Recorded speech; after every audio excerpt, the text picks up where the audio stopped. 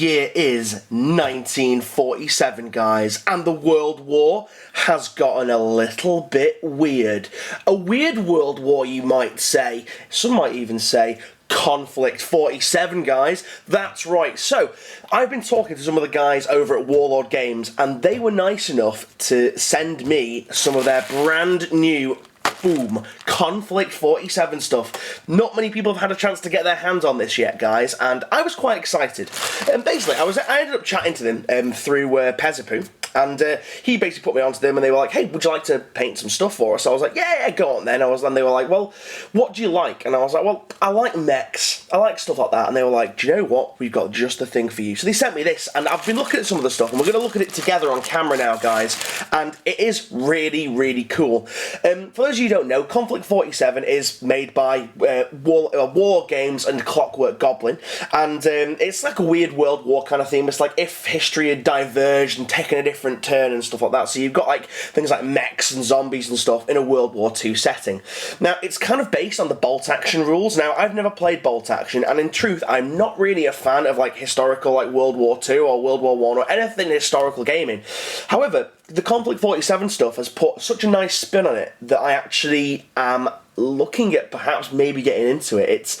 It looks pretty nice stuff, to be honest, guys, and we're going to look at that now. So they've sent me, I think this is from the starter set that they might be doing. Again, a lot of this stuff is still kind of a work in progress at the moment, but they sent me two factions. They sent me some Germans, and they've sent me some, I think it's United States, guys. First and foremost, we are going to look at what is in this bag. That is United States. We are going to look at some of the German stuff that they sent me.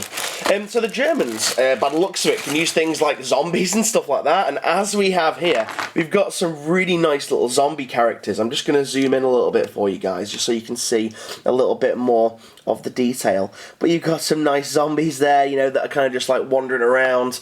I don't know how they want me to base these yet. I've still got to go away and obviously actually do them. These are going to get sent back to them, so these aren't mine to keep, in case any of you guys were wondering, oh, how come GREATJOJOMAN gets the Konflikt 47 stuff before anybody else? These are getting sent back to them, guys, because these are going to be used for demo games, I believe, or something like that, once I've painted them. And again, I'm actually really excited and really looking forward to paint these guys. We got some like standard zombies. There's a zombie that I was looking at before, or the other day, and he's got like a missing arm. What's this fellow here? Yeah, this guy, he's like, oh no, I've lost my arm. But yeah, these guys are going to be quite fun to paint up. The scale is 28mm. You guys might be wondering why they're a little bit shorter. It's because they're non-heroic scale, from what I'm led to believe. Yeah, so we got a couple of the different of the same zombies, but you know, I don't really know much of the history behind this stuff. I'm going to try and find out some more fluff for you guys in a little bit, because I'm going to have to go away and paint these guys. But they sent me quite a nice rabble of zombies. Let me just zoom out. So they're pretty cool. We're going to do a little swift pan across these zombies. You're going to get some nice close-up detail on them. But yeah, guys, I really like these. It's the first time I've ever done anything World War II inspired. So we've got them. So that's that for the Germans. Now we're going to look at something for the United States, or for the Allied forces, should I say. Again, I don't even know the terminology properly for World War II stuff. All I know is that I like my World Wars weird. That's what I like.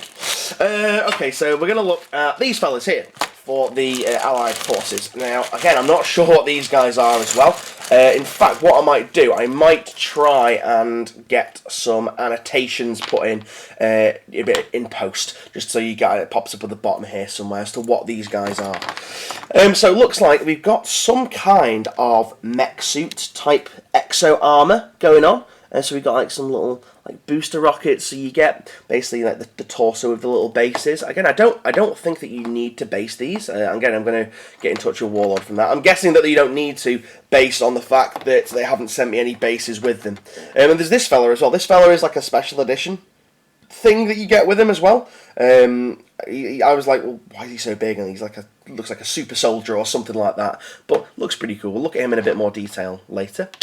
So we've got, how many have we got? We've got 5 of these kind of exo armor looking dudes right here, and we've got a couple of little sprues. So we've got, looks like the first little metal sprue, and again, guys, I love the fact that these are metal. Oh god, It's so nice to actually get a chance to work with metal miniatures again, because I just love metal stuff, and I think that metal is a great material to work in because it's a bit more forgiving, I find. Yeah, it takes a little bit more time to glue, but it feels like you've got something that's worth more because it's heavier.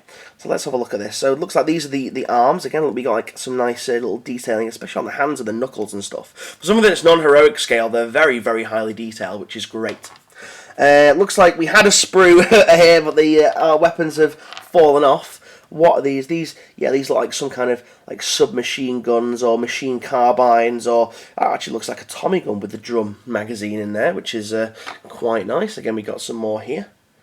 So they're all the same like that. And then finally we come to the heads.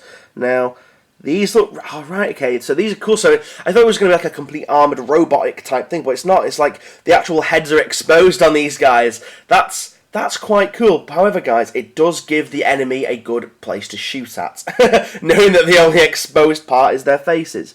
But speaking of their faces, they're quite detailed, they're quite nice. We're going to have a closer look at them, obviously, when they're painted and stuff like that. Now, what we're going to do, I've got two like mech type things, because I said before, guys, I like mechs. And that's why Warlord sent me these. So we're not going to look at that one yet. We're going to look at this mech here. I think this is like a Panzer, like tank walker mech. So rather than treads, they decided to give it legs. And these are really, you can tell these are well thought out, because my guys have noticed the legs are metal and the body is resin. That is how you do it, because it maximises the fact that the weight is on the legs and not on the body. So they're going to go together pretty well. This bit, I was playing with this before, this bit actually does come out. So this comes in several bits. You get the actual main body section of it, so you can pop that in here like that. So you can actually, it does press fit enough that you can just leave it, you don't really need to glue it, so you can have it so that you can swivel it if you want to. There's a little sprue in here with the barrels for the guns, and you also get the driver that goes in like that. Now personally, I wouldn't mind paying like an extra couple of quid if you've got an option for an armoured top to it. So rather than having this fella sticking out, it's a case of you can just have the lid shut on it. Because, like I say, I'm not really a fan of having exposed guys on vehicles and things, but that's just my personal preferences. But it would be nice to have an enclosed carapace on there as well. So let's look at some of the little details on this. So we've got some nice little, obviously, slits so they can see where it's going. We've got some nice ventage going on, and this like power supply at the back here. It looks pretty cool. Might be nice to do some glowy effects on here when I come to paint it. The legs, again, pretty nicely detailed. You know, you've got some nice pistons and stuff going on in there, and these legs are really easy. They just pop in like that. I've just thrown it on the floor. Well, I'm just throwing around Konflikt 47 stuff. No, so all the legs look like they fit in and they sit reasonably well inside these grooves. Time will tell, guys, once I go and build these. So let's just have a... Can I get this just press fitted? Is it going to... No, it's not going to press fit. But anyway, so we've got that. So you guys are going to see all this built and painted in a short while anyway. In fact, let me just pop these back in the bag. What was that? Okay, they were US infantry. It actually says on the bags. I'm a bit of an idiot. I should have read the bags first. Oh my god. Okay, so the last thing we're going to look at. This is a grizzly, apparently, and this is my favourite thing that they sent me. It's really cool, this thing. And we're just going to zoom out again so you guys can see the components. But again, you've got a resin torso, which again takes a lot of strain off the actual miniature. Oh, this looks so freaking cool, guys. It's so good. So first and foremost, the torso section. It looks amazing. I love all the little details, and I love how kind of chunky it is, and how robust it looks. The legs, that is the left leg or right. Well, you're the left. It doesn't really matter, but they go like that, and the ball joints are really nice. So you've got that kind of posability. Not that you'd have a leg all the way up there or anything, but you have a fair degree of posability with these, which is nice to have. It just makes your army look a little bit more just unique. I'm dropping stuff again. Oh my days. I've got such a massive desk and I'm dropping stuff. How is this even possible? Right, so we got some nice legs going on there. Ooh, looks a bit bow-legged there, but well, again, you'll see all this when it's all done. You've got some arms. So the arms fit in these ball joints just here. Now, the arms I really like. And I was thinking to myself, this would make a great, like, side... I've just done it again, nearly. Dropped it off. But this would make a great, like, cybernetic arm for, like, something in 40k or something. But we're not talking about 40k, we're talking about Warlord, and we're talking about Konflikt 47, which is really, really cool. So that's a really cool looking robot arm. And then we've got the guns and stuff. Now, I think you actually do get options with this, by the looks of it. Or maybe not. No, okay, so in the top of the Grizzly, you've got these two little holes on the shoulder plates. That is for the searchlight and this bigger gun here. And then this, it actually has a little groove cut out in it there. And I think that is to go on one of the arms, so it's got a machine gun arm as well. But yeah, guys, so that's that. They're really, really cool, really cool things. What I'm going to do, guys, I'm going to go away, I'm going to build them, and I'm going to paint them for you, so you guys can see that. So, without further ado, let's jump onto that. Right guys, I've been away, I've put some paint on them, and I'm about to show you guys. I realise this video is getting quite long now, so I'm going to try and make this short, but oh so sweet. I actually found out the names for them as well, guys, so I don't need to actually put any annotations, so that's all good. The first thing we're going to look at is we're going to look at the Germans, the German side, and basically I found out these names because they've literally just listed them on their websites now. This is the German light spinny Panzer Mech, just this thing right here. I feel I have to talk with a German accent in order to get the right sounding words, yeah. But anyway, so yeah, this is a Panzer Mech, so basically it is a Panzer that's got legs, and as you guys can see, I've just painted up standard German grey and gone for metallic on the leg just to break up the monotony of the, whatchamacallit, the actual grey colour that I used. I do apologise for any World War II enthusiasts right now. I might not have used the right colours, but I had to use the colours that were at my disposal. So I do apologise for that. I don't even know if these markings are correct either. I think they are. I really hope they are as well, guys. So please don't crucify me for not getting it right. So that's the Panzer Mech. Now the zombies, I was right. They are zombies. However, they are called the German Totenkorps. That's right. And yeah, I basically painted these like dead German soldiers. I'm not going to get them all out because they kind of, you know, they're all roughly the same. I'm trying to find some guys that are slightly different. Where's the one that's got like a big massive chunk of meat taken out of him? Well, there we go, guys. So we've gone for a very bloody look to these. I'm going to have to zoom in on these guys just to get the detail. These were actually very fun to paint. Not at all as I thought. I thought they were going to be an absolute nightmare because they're a slightly smaller scale than I'm used to, even though they are still 28mm, but they're just non-heroic scale. I thought they was going to be a right nightmare to paint, but they weren't. They were very fun, and they basically took a wash very well also. So that's the Germans. I'm going to basically move these off now and show you guys the US forces. I want to really try and not chip these because they are all one-piece metal, and I have chipped a few of them ever so slightly.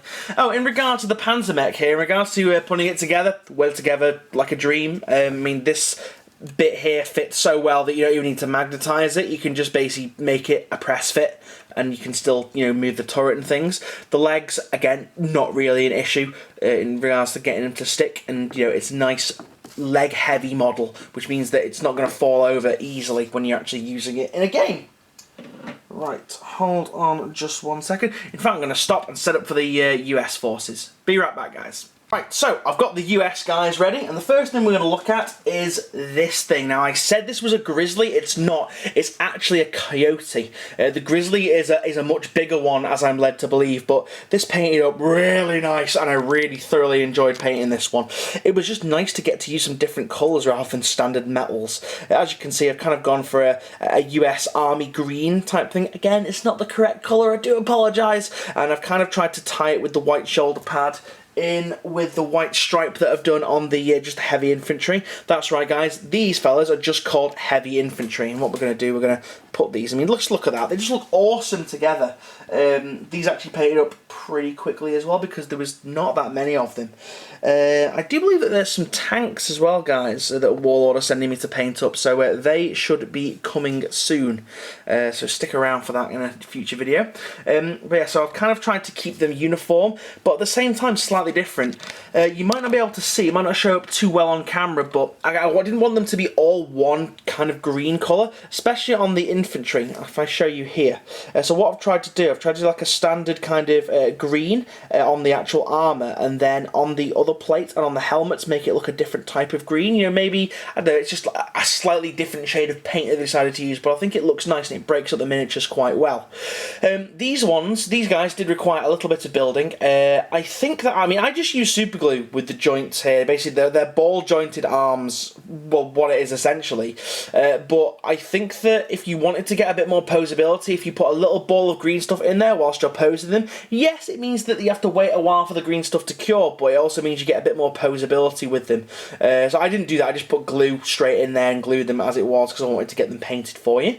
And then the same with the Coyote as well. They've got some very, very nice fitting ball joints. The Coyote was a little bit annoying, especially on the legs, trying to fit it to the plastic body, just because because they're quite heavy, they kept falling out. But again, you could really make this properly nice in regards to the positioning that it is if you use some green stuff. But in total, guys, really fun to build, really fun to paint, and really quick. It took me about a day to paint these up, which is really good. I mean, Warlord only wanted tabletop standard, but hey ho, there you go. Warlord actually don't want me basing them either, so this is as they are, guys. Warlord are going to do all the basing when they get them back on their end. But yeah, guys, so that's pretty much it. I've had loads of fun with this little project. It's been really nice. There's going to be more stuff from Warlord. They're going to be sending me some tanks, I believe, soon. So stay tuned for that video. There's some pretty cool looking tanks coming out. But anyway, guys, that's been a little look at Konflikt 47. So without further ado, I'm going to say goodbye. Don't forget to pop a comment in the doobly-doo down below. Don't forget to like, favourite and subscribe if it's the first time you've seen this as well, guys. So I bid thee adieu. See you now, guys, and goodbye.